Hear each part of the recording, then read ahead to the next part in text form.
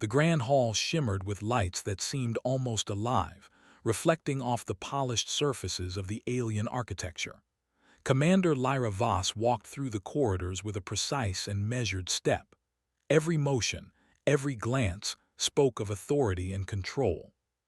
She was one of the most respected diplomats of the Aurivian Confederation, and she had spent her life navigating the intricate politics of countless alien worlds. Today, however, something felt different. Something unexpected had entered her world, and she could sense it before even laying eyes on it. The summit was underway, and delegates from dozens of species had gathered, each more curious and cautious than the last. Alien voices, rich in tone and strange in inflection, filled the air. Lyra's eyes scanned the room, noting the subtle gestures and whispered exchanges that often hid more than they revealed. She had learned to read these signals long ago. Nothing went unnoticed in such gatherings, and then she saw him. He was human, standing quietly at the edge of the crowd, observing rather than participating. His posture was relaxed but alert, and his eyes moved with an intelligence that betrayed a mind always calculating, always analyzing. Humans were rare here. Most species thought them fragile, unpredictable, and laughably unfit for serious responsibility. But something about this human drew Lyra's attention, a sense of quiet confidence that was difficult to ignore. Marcus Hale had been sent to observe the summit, but his real mission was far more subtle.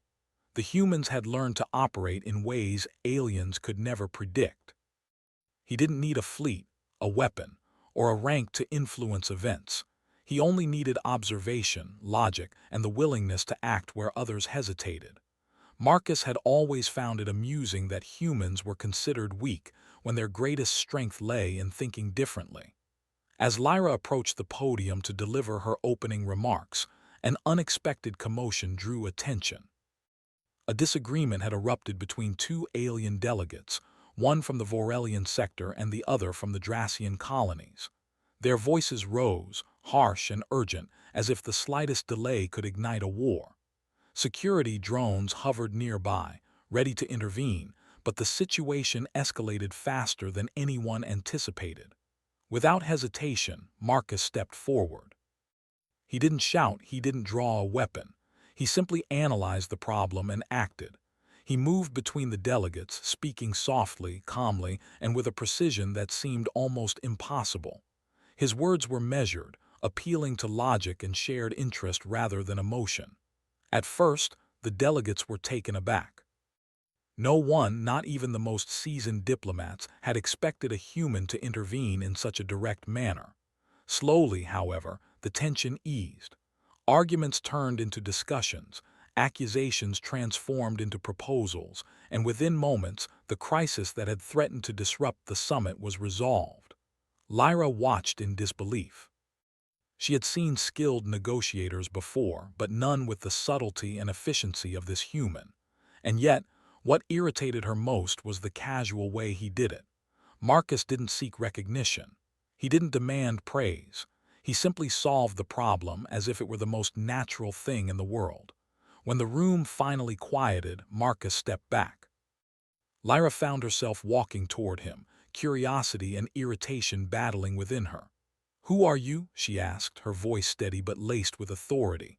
Marcus turned, his expression calm, almost amused. "I am Captain Marcus Hale, human observer," he replied. His tone held a quiet confidence that somehow managed to be both respectful and unyielding. Lyra raised an eyebrow. "Human observer," she repeated. "You have no rank here, no authority. Why did you interfere? You speak as if humans are capable of controlling events. You are fragile. You are limited. You are—" She hesitated, searching for words that could express the alien understanding of humanity, unprepared for this world. "That is exactly why humans survive." His calm, unwavering confidence left Lyra momentarily speechless. A murmur ran through the delegates as they noticed the unusual exchange. Aliens rarely interacted so openly with humans, especially in matters of diplomacy. Whispers spread like wildfire. Some were intrigued, others skeptical, but none could ignore the human standing quietly yet firmly in the center of the hall. Lyra's irritation grew, but so did her curiosity. There was something in Marcus that defied all she had learned about humans. She had studied them for years, read countless reports, observed their small colonies scattered across the galaxy, yet nothing had prepared her for this. This human was different. He moved with purpose, spoke with confidence, and thought with clarity that challenged centuries of alien assumptions. As the summit continued, Lyra could not keep her eyes off him. Marcus mingled with delegates, offering insights and solutions in ways that seemed almost effortless. He had no hidden agenda, no desire for power. He simply acted in the best interest of those around him. And in doing so, he was slowly reshaping the perception of humans in this assembly. Finally, as the summit drew to a brief recess, Marcus approached Lyra. His expression was calm, but there was a hint of a challenge in his eyes. "Commander Voss," he said, "may I speak with you privately? I have little patience for distractions. You had no right to interfere. To help and perhaps to show that humans are more than you think." He paused, then added, almost casually, "And to remind you, Commander, that appearances can be deceiving. Never underestimate what humans are capable of." She had faced countless challenges in her life, but this human, this single, ordinary-looking man had a presence that demanded recognition. His confidence, his calm intelligence, and his ability to act decisively had created ripples that would not fade easily. "You are dangerous," she said finally, not as a threat but as an acknowledgement of his unusual capabilities. Marcus chuckled softly. "Perhaps, or perhaps I am just human." As the delegates returned to their discussions, whispers about the human observer spread. Some aliens dismissed him as a lucky anomaly. Others, however, began to wonder if humans were more than they had ever imagined. And through it all, Marcus Hale remained calm, observing, and always ready to act when necessary. A quiet force that was slowly commanding attention in a galaxy that had long underestimated humanity. Lyra's thoughts were conflicted. She had spent her life mastering alien customs and politics, yet this human had reminded her that instinct, courage, and cleverness often mattered more than protocol. She found herself both irritated and intrigued, unsure whether she admired him, feared him, or perhaps both. As the hall lights dimmed slightly in preparation for the next session, Marcus approached her one last time. "Commander," he said gently, "sometimes a small act of courage can change everything. I hope today has shown that humans are not as fragile as you believe. That is all I ask." Humans were no longer mere observers. They were players, and Marcus Hale had just reminded her that sometimes the smallest presence could have the greatest impact. The following morning, the summit resumed in a hall that seemed even larger under the pale, shifting lights of the alien world. Commander Lyra Voss walked in with her usual poise, but her mind was far from calm. The events of the previous day, the sudden interference, the calm authority of the human, the way he had handled the delicate dispute, played in her mind repeatedly. There was an irritation there, yes, but also a spark of something she could not name. Marcus Hale was already present at the edge of the assembly, quietly observing as usual. Unlike the other humans who might have been nervous in such an alien-dominated environment, he appeared perfectly at ease, almost as if he belonged. Aliens whispered to one another, some in awe, some in disbelief, and others in barely concealed skepticism. Lyra reached him as the hall cleared slightly for a brief intermission. "Human," she said, her voice firm, "I need to understand something. Why did you do what you did yesterday? What authority gives you the right to act in matters that clearly concern only aliens?" Humanity has learned that waiting for permission is often too late. Or perhaps fragility is a matter of perspective, and experience comes in many forms. The question is not what I am, Commander, but what I can do. A rogue faction of aliens, long thought contained, had launched a surprise attack on a supply convoy bound for the summit. Reports indicated that lives were at risk, including several high-ranking delegates. The room erupted in panic. Delegates shouted over one another, arguing about responsibility, safety, and blame. Lyra's heart raced, not just for the potential loss of life, but because she knew the situation could escalate into a full-scale interstellar incident if not handled immediately. Marcus moved forward calmly, as if the chaos around him barely existed. "Commander Voss," he said quietly, "this is a situation where human perspective can help. May I act?" You want to intervene." She remembered the calm precision, the way he had solved disputes without escalating tension. Against her better judgment, she nodded. "Very well," she said. "But know this, if anything goes wrong, you take full responsibility." He analyzed the available ships, the sector's maps, and the reports of the rogue faction's forces. Unlike the aliens, who relied heavily on rigid protocols and pre-planned strategies, Marcus adapted on the spot. He anticipated their movements, calculated escape routes, and formulated a plan that seemed to defy the conventions the alien commanders held dear. Lyra followed him reluctantly, her arms crossed, trying not to appear too intrigued. She observed how calmly he delegated tasks, how he encouraged creativity rather than strict obedience. His confidence spread through the team like a quiet wave, inspiring even the most skeptical aliens to trust him, if only for the moment. The operation began. Transport ships departed the summit, carrying rescue teams to intercept the rogue faction. Marcus directed movements in real time, adjusting for unexpected obstacles. A transport veered off course. Marcus calculated a new trajectory that avoided collisions and ensured maximum protection for civilians. A security drone malfunctioned. He quickly reprogrammed it to assist the rescue mission rather than hinder it. Every decision was made calmly, logically, and with an efficiency that left Lyra both frustrated and impressed. Hours passed, and slowly, the situation came under control. Delegates and supply crews were rescued, injuries minimized, and the rogue faction was forced to retreat. The summit, which had seemed on the brink of disaster, now stood as a testament to coordinated effort and quick thinking. When the mission ended, Marcus returned to the summit hall. Lyra was waiting, her arms folded, her expression unreadable.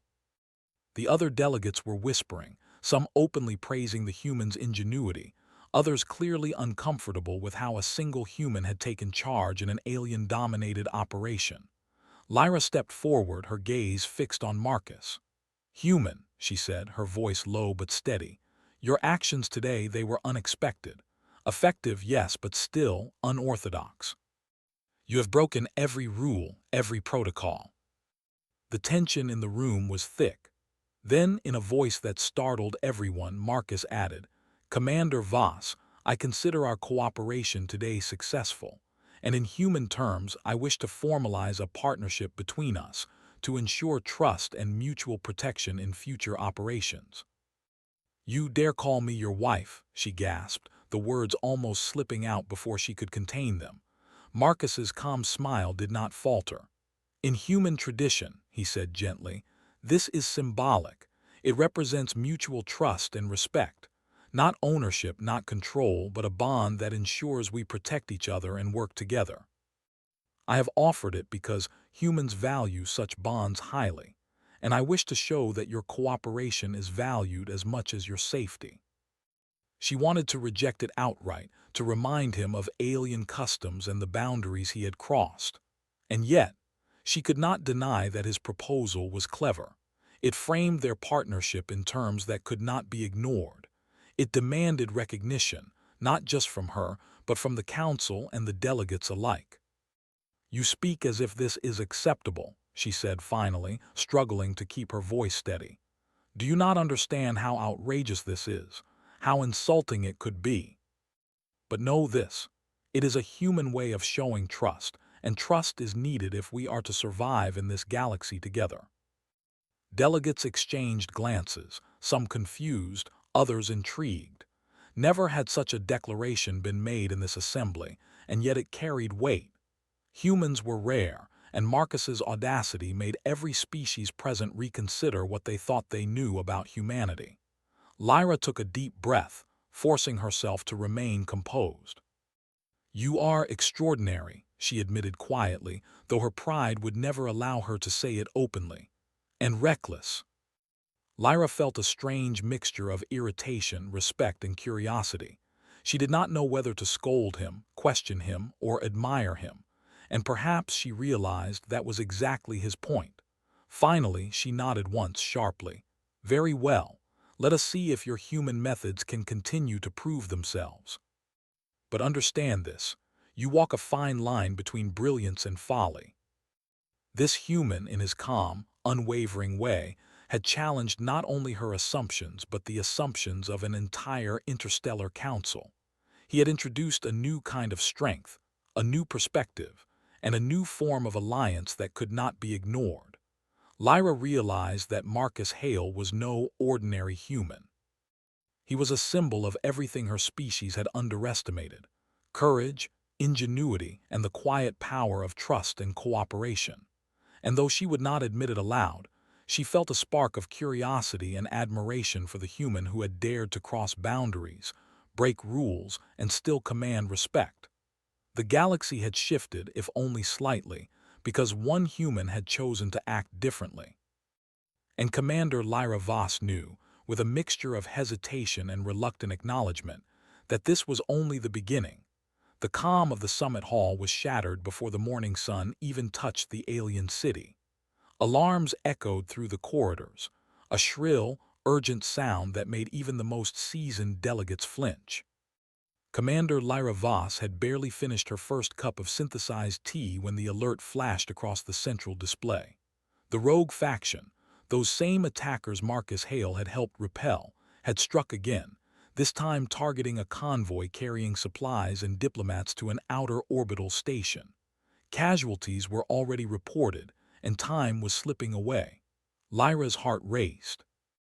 She had seen Marcus in action yesterday, and though she had grudgingly admired his calm efficiency, there was no guarantee he could handle a situation this large and chaotic. Yet when she scanned the assembly, the other delegates looked paralyzed, arguing endlessly about jurisdiction, protocol, and blame. It was clear they would do nothing productive on their own. Marcus had already moved. Without waiting for permission, he activated the human command module stationed discreetly near the summit hall. Screens flickered to life, displaying real-time positions of ships, debris fields, and potential hazards. Marcus's eyes scanned the data with precision, his mind working faster than any alien algorithm she had ever seen. "Commander Voss," he said calmly, as if the chaos around him were nothing more than a minor inconvenience, "this is a critical situation. If we hesitate, lives will be lost. I need a team willing to follow my lead without question." "You have it," she said, "but failure is not an option." Where alien officers relied on rigid hierarchies and repetitive calculations, Marcus adjusted in real time, reacting to unexpected movements, debris fields, and ambush points that even the aliens had failed to anticipate. Lyra watched, both frustrated and fascinated. She had faced countless crises, negotiated countless truces, yet she had never seen leadership like this. Marcus was not imposing authority. He was earning it through action, thought, and the quiet confidence that humans carried as if it were a second skin. The team launched into space aboard small, agile transport ships designed for quick maneuvers. Sensors flared as the rogue faction appeared on the horizon, ships bristling with weapons and intent on destruction. Most alien commanders would have engaged head-on, relying on firepower and brute strength. Marcus did something different. He analyzed the enemy's patterns, predicted their moves, and positioned his fleet in unexpected locations.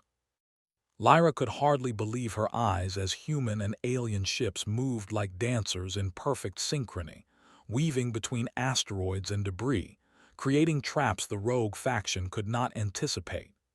Each decision Marcus made was calculated, each maneuver precise, and yet it looked almost effortless.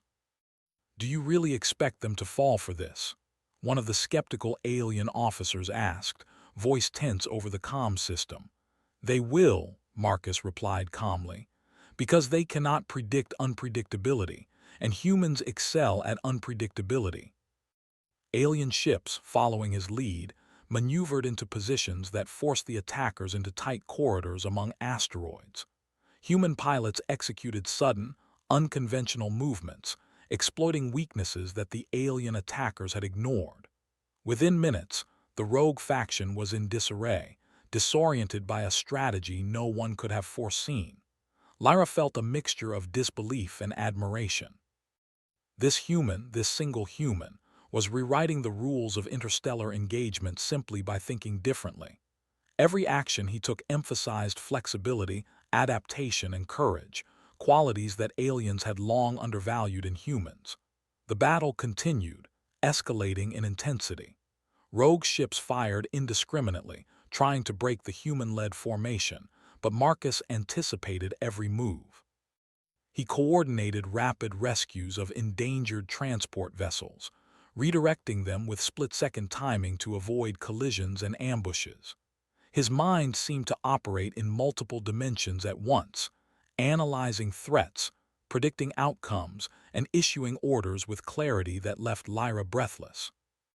At one point, a small alien vessel malfunctioned and drifted toward the edge of a deadly asteroid field. Most commanders would have panicked. Marcus simply issued a calm instruction. Engage thrusters at 20 degrees, rotate port side, match velocity with the asteroid cluster. Steady now, the vessel obeyed, narrowly avoiding destruction. The crew cheered silently, stunned by the human's composure under extreme pressure. Lyra's thoughts kept returning to the phrase he had spoken yesterday. Sometimes, being underestimated is the advantage. She had scoffed at it then, but now she understood its meaning. Humans had survived not because of superior strength or technology, but because they could act decisively where others hesitated, improvise where others followed rules blindly, and trust in ingenuity when all else seemed lost. Hours passed. The rogue faction's fleet was gradually being dismantled, their tactics outmatched by Marcus's combination of foresight and human intuition. The humans and their allied aliens moved like a single organism, reacting faster than any rigid hierarchy could, turning chaos into order with relentless efficiency. Finally, the last rogue ship was cornered, its weapons neutralized by careful maneuvers rather than direct combat. Marcus issued a calm command. "Lower shields. We are not here to destroy. Take them alive." The remaining attackers complied, realizing resistance was futile. Lyra exhaled slowly, her legs weak with relief and disbelief. She had just witnessed a single human coordinate a rescue and neutralize a threat that could have sparked a galaxy-wide incident. She had seen humans underestimated, laughed at, and dismissed, but Marcus Hale had proven that human courage, adaptability, and intelligence were forces to be reckoned with. As the rescued delegates and crews returned to the summit station, Lyra approached Marcus. Her usual poise wavered slightly under the weight of what she had just seen. "Human," she said quietly, "I do not know whether to be angry, impressed, or something else entirely. You have saved countless lives today, and yet you continue to act as though it were simple. To act decisively is to make difficult decisions appear simple. Humans have survived because we learned to act when hesitation could be fatal. Effectiveness is all that matters in moments like these. Reputation and rules are secondary. Action is primary." Marcus had challenged centuries of assumptions, demonstrating that humans were not merely fragile observers, but capable strategists, courageous leaders, and unpredictable allies. Lyra found herself struggling with the concept of what he had done. She had spent her life mastering diplomacy, understanding alien politics, and controlling crises, yet Marcus had accomplished in hours what most species would have taken months to attempt. And he had done it with a quiet confidence, without arrogance, without cruelty, and without asking for authority. Finally, she spoke again, her voice firmer but tinged with reluctant admiration. "Human, you have shown today that humans are more than I imagined. You have proven that courage, intelligence, and adaptability are as important as technology and firepower. But remember this, we are not finished. The galaxy is full of dangers that will not yield to human intuition alone. And I am not alone. Humans and our allies, those willing to act beyond fear, will face what comes next together." She realized that his actions today had been another extension of the same principle. Humans acted not just for themselves, but for the protection and benefit of others. It was a strange, alien form of courage, one that relied not on dominance, but on initiative, empathy, and unwavering resolve. The delegates slowly began to disperse, returning to their respective worlds, their whispers carrying tales of the human who had turned the tide of a crisis single-handedly. Marcus Hale had not just saved lives, he had reshaped the way the galaxy viewed humanity. The ripple effect of his actions would be felt long after the summit ended. Lyra stood beside him, her expression a mixture of awe and frustration. "You dare call yourself merely human," she said quietly, almost to herself. Marcus smiled faintly. "Sometimes being human is enough," he replied. Lyra's mind whirled. She had always thought humans were simple, limited, and fragile. She had never imagined that a single human, acting decisively and thoughtfully, could influence the fate of so many. And yet here he was, calm and unshaken, having done just that. She realized then that the phrase Marcus had spoken, the symbolic offer of partnership, was not just a formality. It was a promise of capability, of trust, and of unexpected strength. And she knew, deep down, that humanity had just begun to reveal what it was truly capable of in a galaxy that had long underestimated it. The summit hall had quieted, but the air remained tense with the echoes of the previous day's chaos. Commander Lyra Voss moved through the corridors with purpose, though her thoughts were tangled with a mixture of irritation, curiosity, and an odd sense of admiration. Marcus Hale had changed everything. His calm decisiveness and human ingenuity had not only saved lives, but had also unsettled the delegates, forcing them to reconsider their assumptions about humanity. Lyra found him standing at the edge of the observation deck, gazing at the stars beyond the panoramic windows. His posture was relaxed, yet there was a quiet intensity in his eyes that spoke of preparation and planning.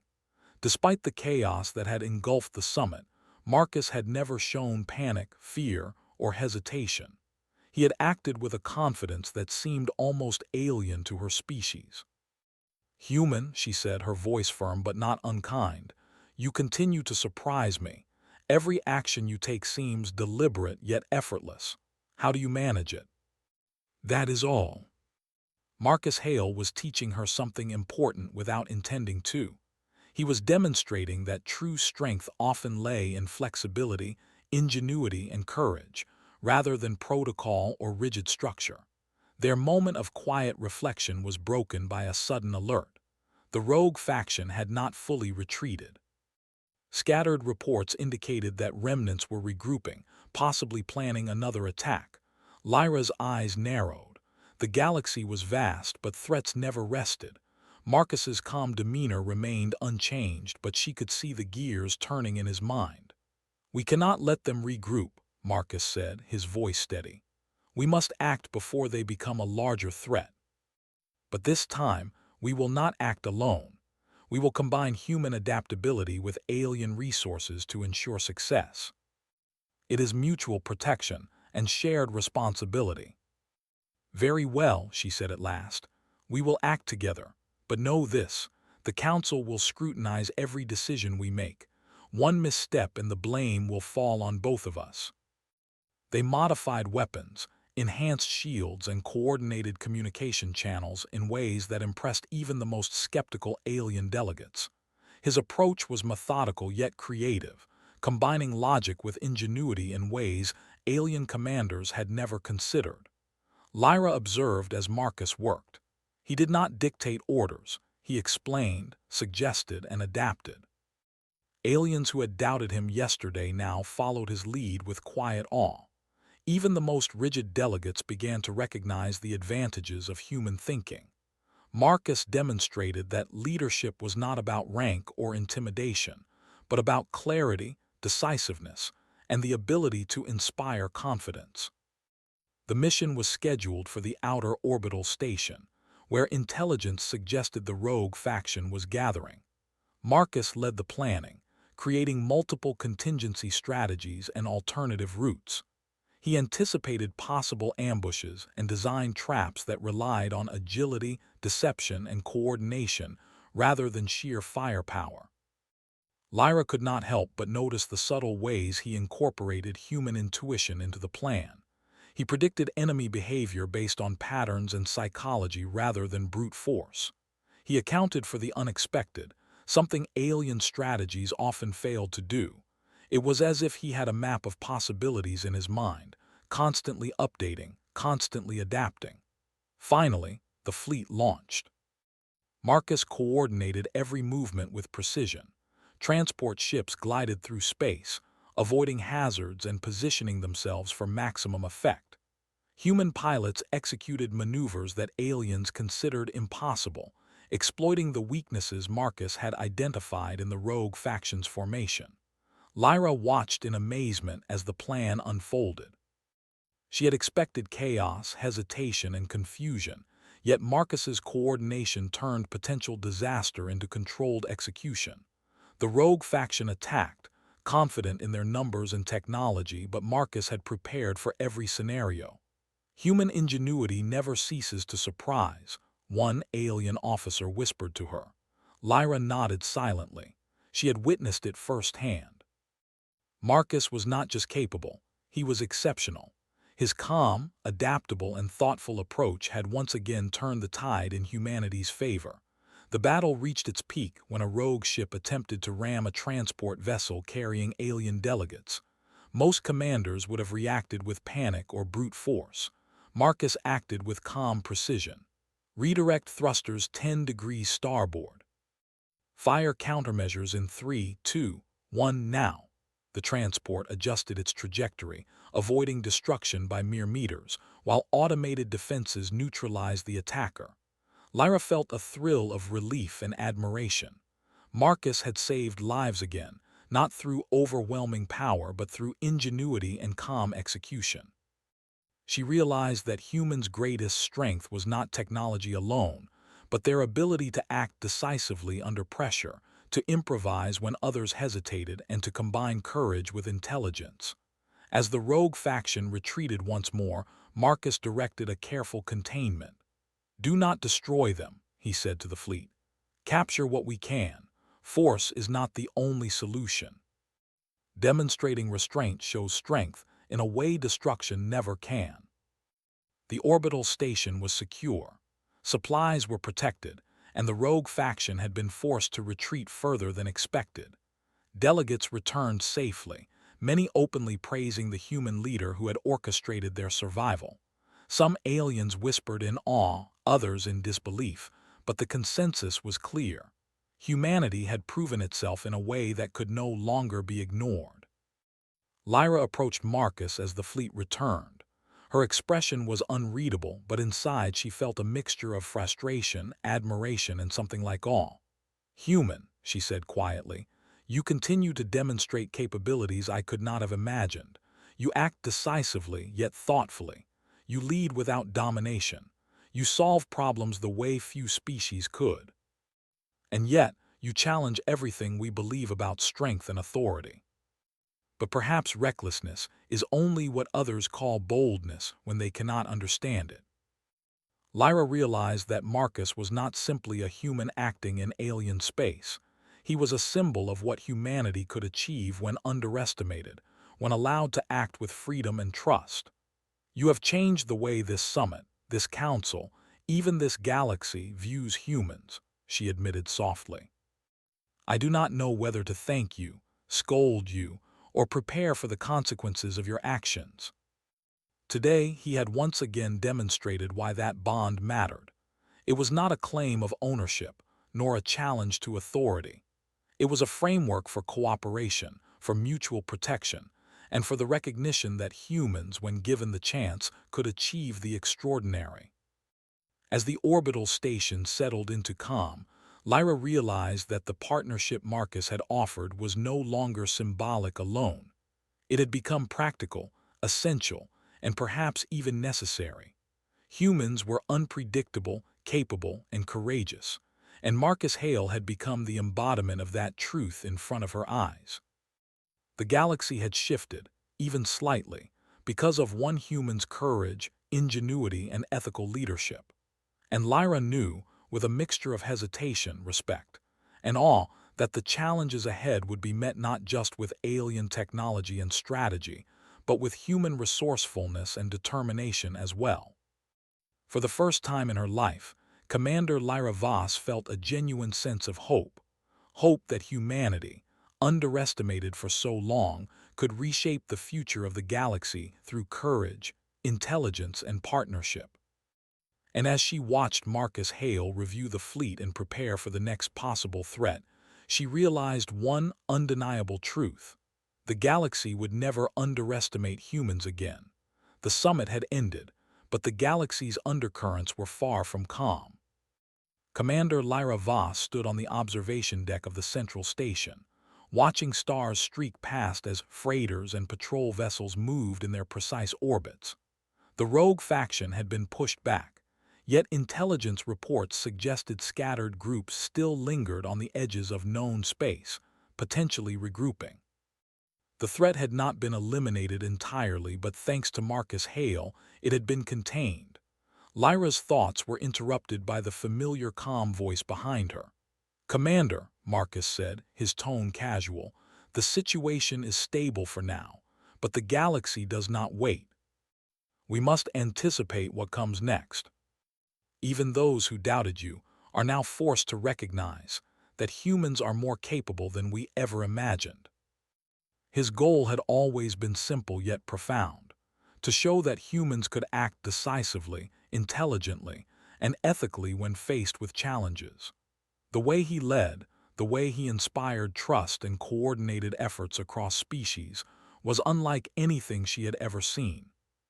She took a deep breath, recalling the moment he had first offered the symbolic partnership, the words that had shocked her. "You dare call me your wife?" At the time, it had seemed audacious, even outrageous. But now, after witnessing his leadership and courage, she understood the depth of his meaning. It was not about ownership or domination. It was about trust, shared responsibility, and the bond formed when individuals choose to protect and rely on one another. "Human," she said finally, "you offered me a partnership, a bond not yesterday but from the moment we first met. At the time, I could not grasp it fully. Now I understand. Your methods, your courage, and your integrity have proven its worth." She had long operated within the confines of protocol and custom, yet Marcus had shown her a new way to approach leadership, diplomacy, and cooperation. It was a method rooted not in rigid rules but in intelligence, adaptability, and ethical action. "Then we act together, not just symbolically but practically," she said. "We combine human ingenuity with alien resources to protect the galaxy and prevent future threats. Your partnership is no longer just symbolic, it is essential." Marcus coordinated human and alien teams, reviewing potential threats, optimizing patrol routes, and designing protocols that balanced flexibility with strategic oversight. Where aliens relied on strict hierarchies and preset procedures, Marcus emphasized adaptability, improvisation, and coordination. His methods encouraged creativity, critical thinking, and problem-solving across all species involved. Lyra observed quietly, noting the growing respect and admiration from even the most skeptical delegates.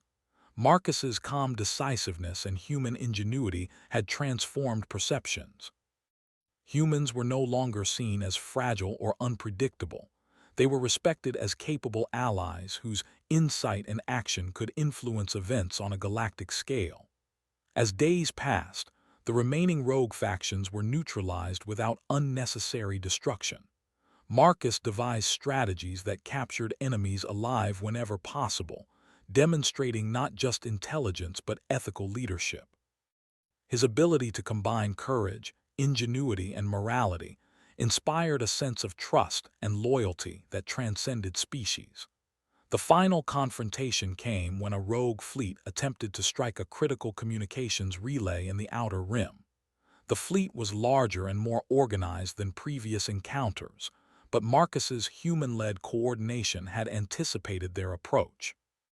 Using unconventional tactics, he outmaneuvered the attackers, neutralizing their offensive while preserving the relay and minimizing casualties. Lyra watched from the command center as Marcus's strategy unfolded. He had predicted every movement, adjusted to unexpected maneuvers, and leveraged both human and alien capabilities in perfect harmony.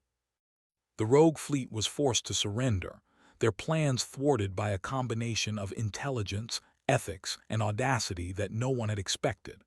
When the last rogue ship surrendered, silence fell over the command center.